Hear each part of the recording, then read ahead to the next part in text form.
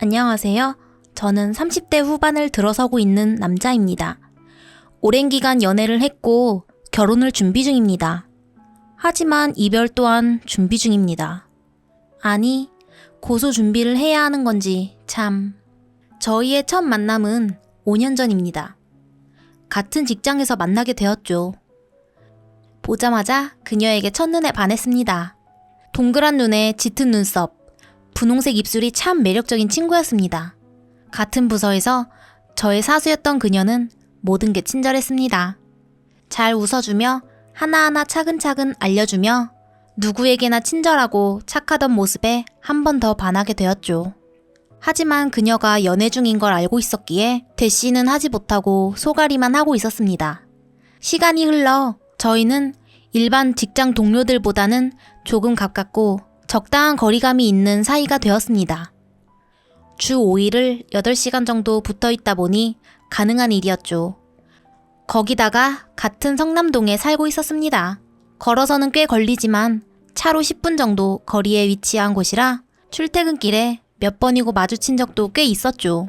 그렇게 입사하고 1년이 지난 날 아버지가 회사에서 차가 나오게 되면서 사용하시던 차를 제가 사용하게 되었습니다. 사실 제 나이대나 급여에 맞는 차는 아니었지만 저는 그녀에게 어필하고 싶었기에 그 차를 사용하겠다고 아버지에게 한 달 정도 부탁을 하였고 그렇게 저에게도 차가 생겼습니다. 주말마다 운전 연수를 받으며 적응을 하였고 차로 출퇴근을 하기 시작했습니다. 그러고 그녀에게 말했습니다. 은나씨, 오늘 약속 있어요? 아니요, 뭐 특별한 건 없어요. 그럼 오늘 같이 퇴근하실래요? 네? 뭐 그래요. 같이 가요. 그렇게 퇴근 시간이 되어 같이 주차장에 가서 저의 붕붕이를 소개해줬습니다. 깜짝 놀란 그녀와 퇴근하였는데 조금 이상했습니다. 근데 K7이면 좀 과한 거 아니에요? 어? 차에 대해 좀 아시나 봐요. 관심 없으면 차종도 모를 텐데. 네, 좀 관심 있어서. 근데 덕진 씨 월급에는 좀 과한 거 아니에요? 저랑 비슷할 텐데. 아, 사실 아버지가 쓰시던 거 받은 거예요. 아, 네, 그렇구나. 그럼 저 배고픈데 밥 먹고 가는 건 어때요? 좋죠. 뭐 드시고 싶으신 거 있으세요? 스시 어때요? 오늘 스시가 좀 땡기는데. 그렇게 저는 기쁜 마음으로 스시집을 향했습니다. 그렇게 초밥도 먹고 카페에서 차도 한잔하고 그녀를 집에 데려다주고 집으로 갔습니다.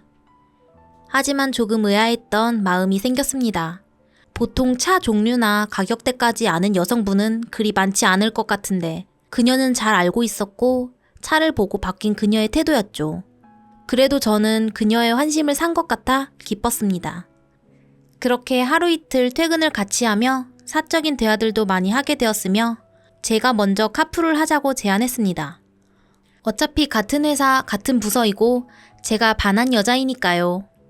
저희는 점점 더 친해졌습니다. 남들이 보면 사귀는 사이 아니냐고 할 정도로 친분을 쌓았고 얼마 지나지 않아 그녀가 남자친구와 헤어졌다는 얘기를 했습니다. 저는 다시 한번 기회를 잡았다고 생각하며 점점 더 적극적으로 대시를 하였고 결국 저와 연애를 하기로 하였습니다. 회사 내에서는 원래부터 카풀을 하며 친하게 지냈기에 비밀 연애를 하면서도 들키지 않고 잘 만나고 있었습니다. 그러던 어느 봄날에 그녀의 친구가 결혼을 한다고 하더라고요. 결혼식을 가긴 해야 하는데 딱히 들고 갈 만한 가방이나 옷도 없다며 속상했습니다.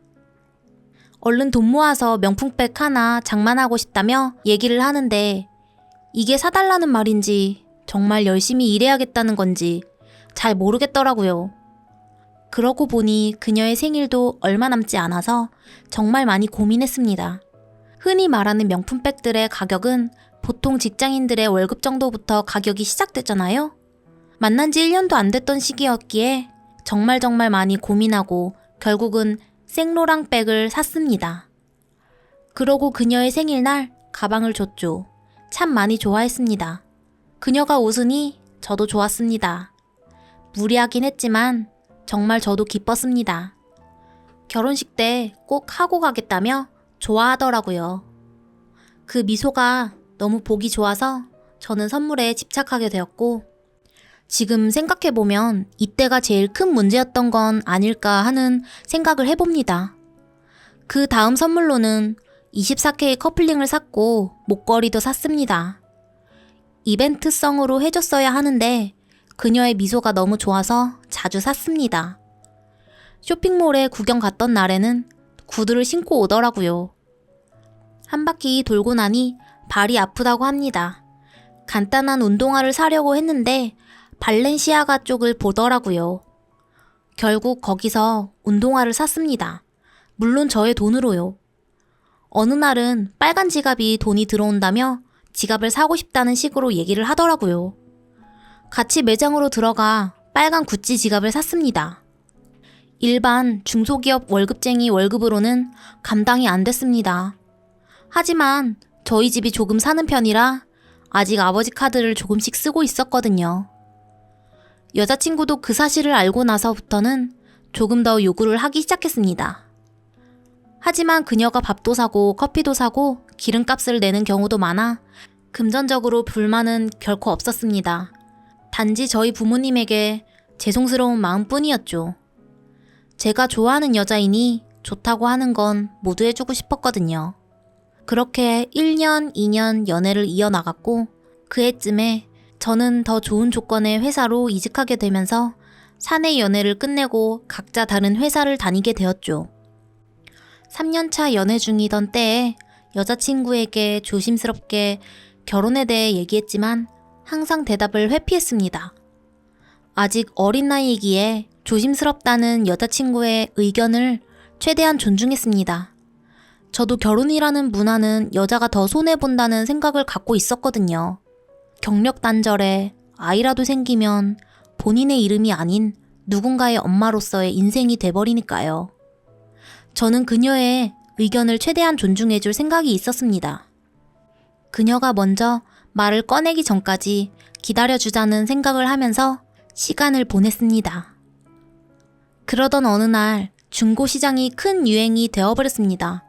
당근이라는 곳이 뉴스에도 인터넷에도 떠돌며 인기몰이를 하고 있었죠. 저 또한 중고시장이 어떤지 확인해 보려고 어플을 깔고 동네를 확인했습니다.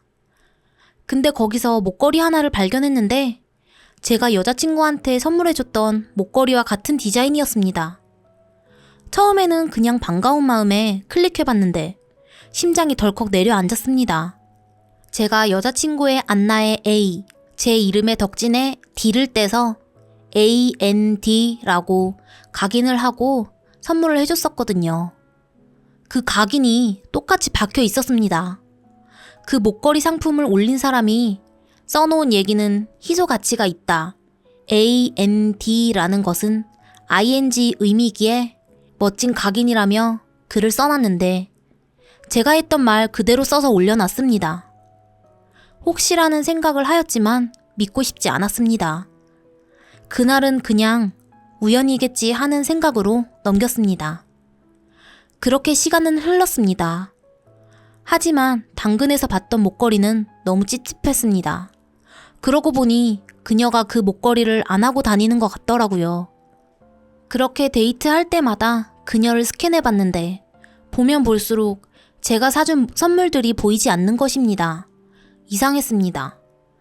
생각해보면 신발도 한두 번 정도 신고 오고 말고 가방도 그렇고 옷도 그렇고 잘 보이지 않았습니다. 점점 머리가 아파왔습니다. 결국 궁금증은 참지 못하고 그녀에게 물어봤습니다. 자기야, 근데 왜 구찌 빨간 지갑 안 들고 다녀? 그 비싼 걸 어떻게 매일매일 들고 다녀? 무슨 일 있을 때만 들고 다니지. 아, 그래? 아, 그냥 궁금해서 물어봤어. 에이, 자기가 준 선물들 죄다 비싼 것들이잖아. 기스라도 날까봐 조심하면서 쓰는 거지. 그럴 수 있다고 생각이 들었습니다. 저 또한 그렇게 생각하니까요. 하지만 목걸이나 반지 같은 액세서리와 구두는 데이트할 때도 못 보는데 도대체 언제 쓴다는 건지. 며칠이 지나고 나서 다음 데이트하는 날 그녀가 빨간 구찌 지갑을 들고 왔습니다. 티는 안 냈지만 아, 갖고 있네 하면서 안심했죠. 그녀가 화장실 간다며 자리를 비운 후 살짝 지갑을 다시 봤는데 짭이었습니다. 구찌 마크 모양이 이상했어요.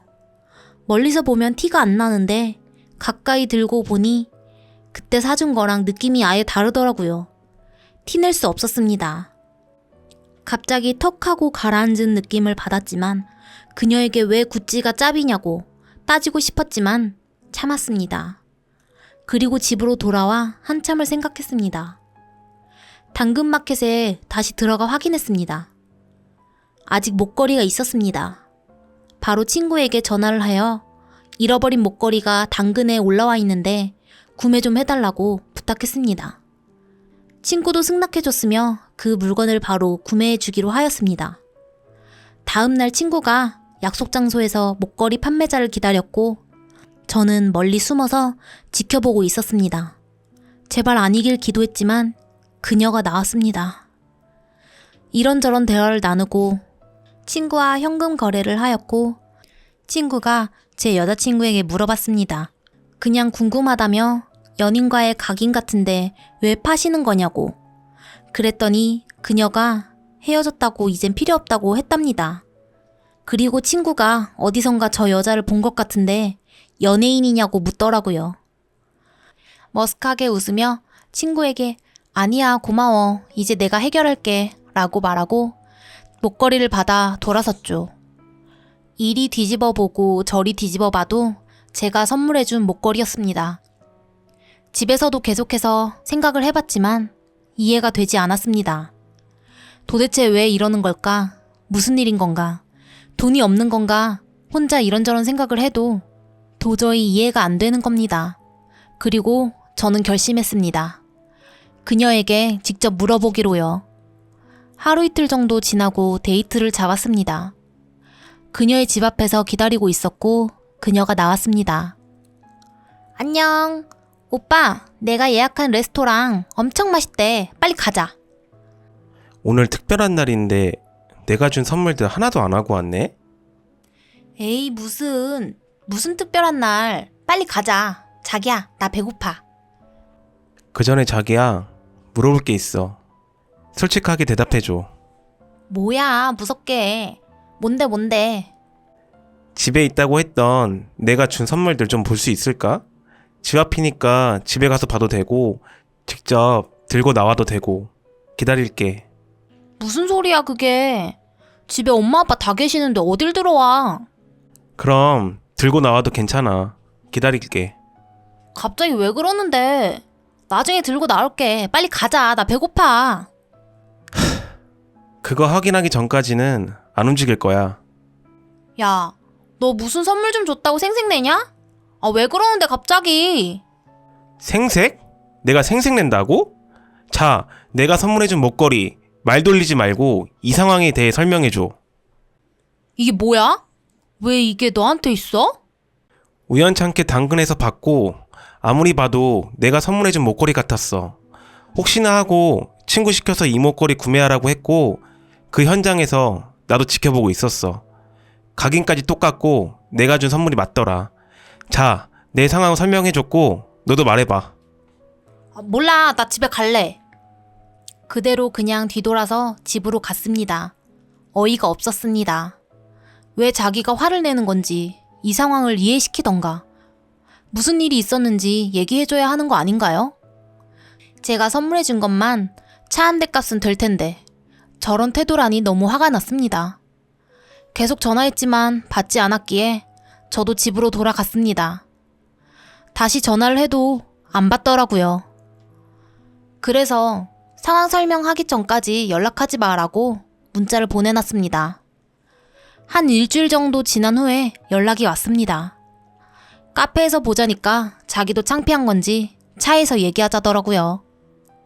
요약해서 말하자면 최근 집안 형편이 안 좋아지면서 빚이 늘어났고 자기 월급 정도로는 턱없이 부족하여 선물들에 손을 댔다고 하더라고요. 제가 아는 그녀의 부모님은 각자 회사 생활 하시는 분들로 맞벌이를 하고 계십니다. 사업하시는 분들이면 이해가 될 텐데 월급쟁이들이 갑자기 빚에 허덕인다는 게 이해가 안 됐습니다. 그리고 무엇보다 한 번 거짓말을 한 사람이 두 번을 못하겠냐라는 생각이 더 컸죠. 솔직하게 울면서 얘기하지만 믿기지 않았습니다. 거기다가 최근에 판 것이 아니라 제가 사주고 1, 2주도 안 돼서 팔았다는 게 제 추측이거든요. 너무 이상했지만 일단은 넘어갔습니다. 자기 집이 망했다며 미안하다고 우는 사람 앞에서 거짓말 치지 마 라고 얘기하고 따질 수 없었기에 일단은 그렇게 넘어가고 집으로 돌아왔습니다. 속 타는 마음에 친구에게 전화를 걸었고 만나서 소주 한잔 하면서 지금까지의 상황들을 설명했습니다. 와, 진짜 어떡하냐. 근데 이상해. 그 여자 진짜 낯설지가 않아. 뭐 그냥 이쁘장하는 여자애들 화장하고 그러면 다 비슷하지. 뭐 그렇긴 한데 얼굴도 그런데 샴푸 냄새라고 해야 하나? 화장품? 향수? 이것 또한 되게 낯익거든? 아, 근데 기억이 안 나. 그래? 혹시라도 기억나면 알려주라. 아, 그나저나 나 진짜 어떡하냐. 그렇게 술자리를 마치고 집으로 돌아왔습니다. 술 때문인지 뭐 때문인지 머리가 너무 아팠습니다. 그러던 어느 날 친구에게 연락이 왔습니다. 친구는 주말에 아버지가 운영하시는 고시원을 잠깐씩 봐줍니다. 그러던 중에 낯익은 여자가 들어가는데 제 여자친구였다고 합니다. 혹시 가족을 보러 온 건가 하고 몇 호실 가냐고 물어보니 남자가 묵는 방이더라고요. 그리고 그 여자가 4년을 오고 갔고 그 남자의 여자친구라고 들었다고 합니다. 당장 집을 뛰쳐나가 친구의 고시원으로 달려갔습니다. 다른 사람들에게 패 끼칠 수가 없어 밖에서 기다리고 있었습니다. 30분 정도 흐른 후에 그녀가 나왔습니다. 깜짝 놀라는 그녀 뒤로 어떤 남자가 같이 나왔습니다. 제가 선물로 줬던 팔찌를 차고 있더군요. 모든 상황이 이해가 됐습니다. 그냥 뒤돌아서 집으로 돌아왔습니다. 계속해서 전화가 왔습니다. 어차피 변명만 할 거란 걸 알기에 일부러 받지 않았습니다. 그러다가 생각이 바뀌었습니다. 이 거짓말쟁이가 변명을 완벽히 만들기 전에 들어봐야겠다고 그래서 전화를 받고 만나기로 하였습니다. 이런저런 말을 합니다. 요약하면 친척 오빠인데 각별한 사이라 엄마 부탁으로 반찬들 갖고 자주 온다고 합니다. 그래서 3자 대면을 요청했죠. 안 된다고 합니다. 아니, 왜 안 되는데? 친척 오빠인데 왜? 아니, 그래도 고시 공부하느라 바쁜데 내가 뭐가 돼? 아, 알았어. 잘 가. 내려. 나 갈 데 있어. 어디 가는데? 나랑 말 더 안 해? 아, 알았다고! 내리라고! 그렇게 차 안에서 실랑이 하다가 그녀를 내리게 만들고 고시원으로 바로 갔습니다. 친구에게 들었던 그 호실로 가서 그 남자를 찾아갔죠. 그 남자도 저를 보고 놀라더니 나가서 얘기하자고 하더라고요. 그 남자와 참 많은 얘기를 했습니다. 안나와 만난 지는 7년 정도 되었답니다. 고시 준비 중이라고 하며 돈이 없어 안나가 많이 밀어준다고 하더라고요. 제발 판검사 아내가 되게 해달라고 옆에서 엄청 잔소리를 하고 보약 사오고 반찬해오고 지극정성으로 자기를 봐줬답니다. 그런 안나를 실망시키기 싫어 열심히 했지만 매번 떨어지고 있어 요즘 많이 힘든 상태인데 요즘 어디서 돈이 생겼는지 보증금 정도 모았다고 월세방에서 공부하자고 했다네요. 갑자기 어디서 돈이 생겼냐고 하니까 보너스 좀 나오고 이래저래 돈 모은 것이라면서요. 모든 상황이 이해됐습니다. 제가 좋은 차를 타고 온 그날부터 저는 안나의 타겟이 되었고 헤어졌다는 거짓말을 하면서 저를 꼬셨던 걸 그걸 저는 사랑이라고 생각했던 거고 양다리 걸치며 양쪽을 간보고 있었던 거죠. 선물 공세를 펼치면 안나는 그걸 되팔고 언젠가 판검사가 될 남자 뒷바라지하고 있었던 거죠. 그녀 나름대로 돈 많은 부모의 아들과 판 검사가 될 수도 있는 남자. 둘 사이에서 간보고 있던 게 참 대단했습니다. 저도 제가 겪은 일을 얘기해줬습니다. 그 남자도 뭔가 이상하다고 생각했대요. 월급은 뻔히 아는데 자꾸 이런저런 걸 챙겨오길래 그저 고마웠다고 합니다. 저는 이 여자를 계속 만날 수 없습니다. 하지만 이 남자는 괜찮다고 합니다. 저는 어떻게 해야 할까요? 사연 들어주셔서 감사합니다. 구독과 좋아요를 눌러주시면 유튜브 채널에 큰 도움이 됩니다. 감사합니다.